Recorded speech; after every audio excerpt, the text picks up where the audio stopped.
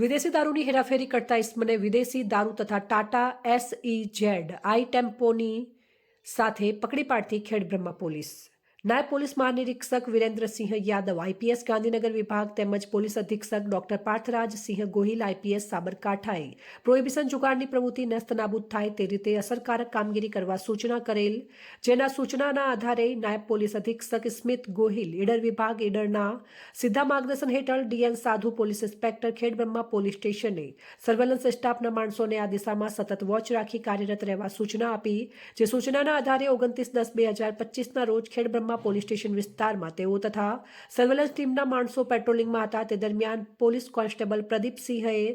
વાતમી હકીકત મળેલ કે ખેરોજથી ખેડબ્રહ્મા તરફ એક વાદળી કલરની ટેમ્પી ભંગારની નીચે ભારતીય બનાવટનો વિદેશી દારૂ ભરીને આવે છે, જે હકીકતના આધારે મટોડા રોયલ પાર્ક હોટેલ પાસે નાકાબંધી કરી વોચમાં હતા. તે દરમિયાન સદર વર્ણનવાળી ટેમ્પી આવતા જેમાં ચેક કરતા ભંગારની નીચેથી વિદેશી દારૂ તથા બિયરની અલગ અલગ બ્રાન્ડની કુલ બોટલ નગ 648, જેની કિંમત ₹1,01,520 તથા Tata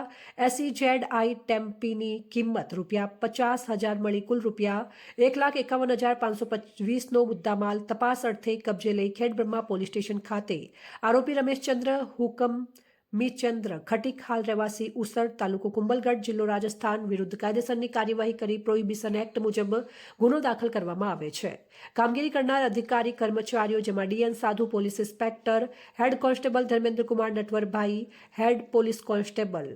Pradipsinh Mahendrasinh, police constable Dilipbhai Ranchhodbhai, police constable Akshaykumar Popatbhai, police constable Kalpeshkumar Govindbhai. Reporter Chandrashekhar Bhavsar, Khedbrahma.